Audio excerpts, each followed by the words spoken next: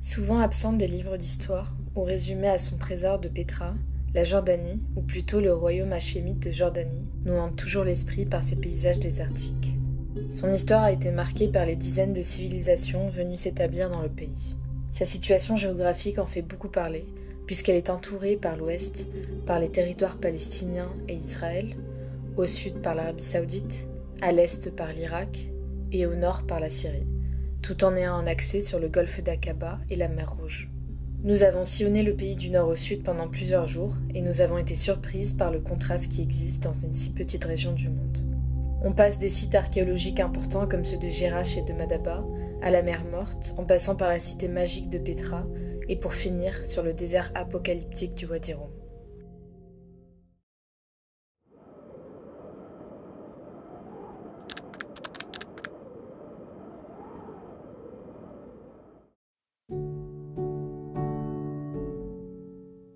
Ici, on entend résonner les montagnes. Seul le son du vide et du silence retentit dans nos oreilles. Bienvenue dans la vallée de Dana.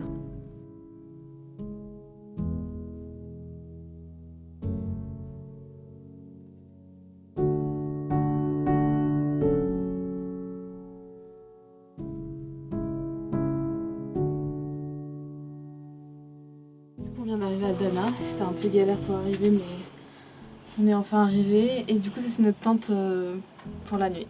En face de la réserve naturelle de Dana du coup et des montagnes. Donc là on va faire vite pour profiter du coucher de soleil. On s'extasie pendant de longues minutes devant l'incroyable vue sur la vallée de Dana. Ce coucher de soleil restera à jamais gravé dans nos mémoires. On contemple les étoiles pendant une partie de la nuit avant d'être envahi par la fatigue.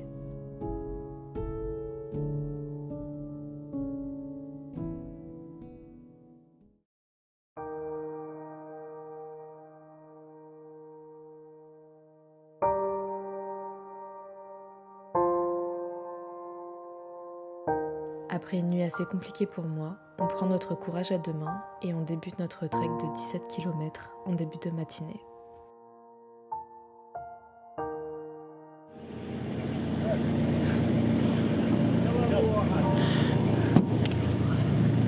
Bon, on va où là? Attends. T'as confiance ou pas? Dans le décor.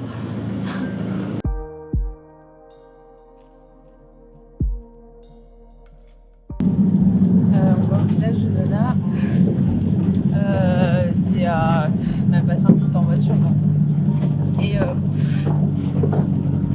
putain, la vérité, c'est quoi ça? Faut que tu te tiennes en haut.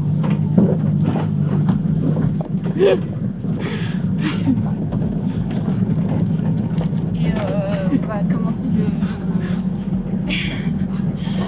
le Dana Trail, donc le trek, un des plus connus à Dana qui fait 16 km. Après ça va, c'est que de la descente quasiment, je pense.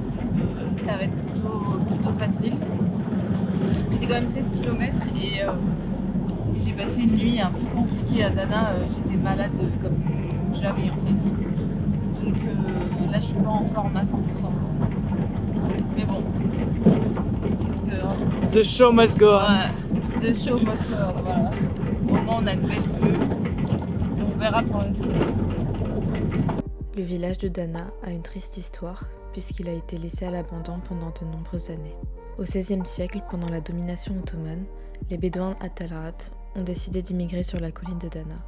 De nombreuses civilisations sont passées par la vallée au fil de l'histoire, comme par exemple les Romains, les Égyptiens, les Byzantins, les Édomites. Voilà, en gros, on va descendre ce chemin et notre point d'arrivée, normalement ce soir, si tout va bien, c'est derrière ces montagnes là-bas.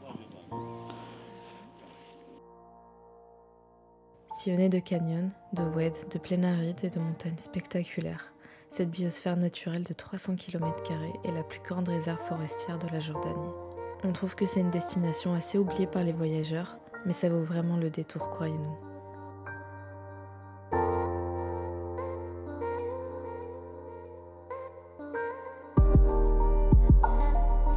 On n'a même pas fait 1 heure encore.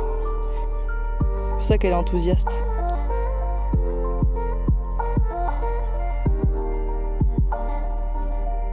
coup là on est encore au Wadi Dana Trail, donc le trek de 16 km. Et en fait on était tout en haut, au-dessus de la falaise en fait, tout à l'heure. Donc là ça fait à peu près 1 heure qu'on marche. Et il nous reste, je sais pas combien de kilomètres, peut-être au moins 10. Plus. Plus que 10, ouais. Au moins 10-12 kilomètres. On a fait la rencontre de ce guide bédouin qui vit à proximité du village de Dana. Il accompagnait un groupe de touristes allemands et malheureusement la barrière de la langue fait qu'ils ne pouvaient pas trop échanger ensemble. Parlant l'arabe, j'étais contente de pouvoir discuter avec lui tout au long de ce trek et servir d'intermédiaire.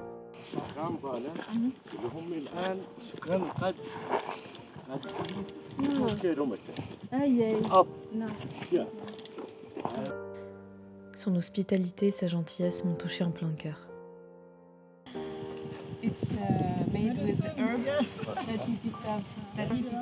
Une pause thé rythmée de temps à autre cette balade où il m'expliquait entre autres les difficultés qu'ils avaient à vivre dans la vallée aujourd'hui.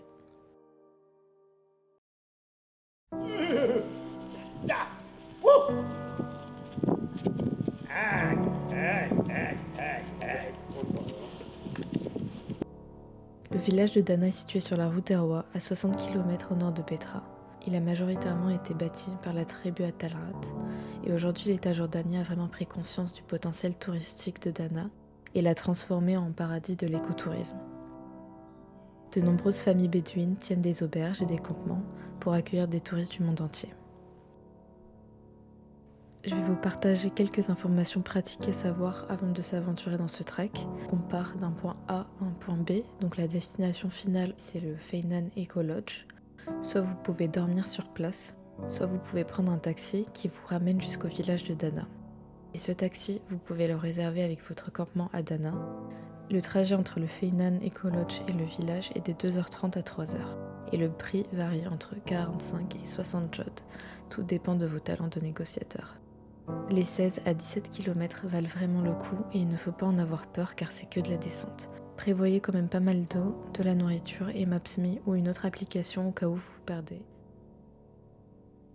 Dans la prochaine vidéo, on se rendra enfin dans l'incontournable cité nabatéenne de Petra où vous découvrirez tous ces trésors, des plus connus aux moins touristiques.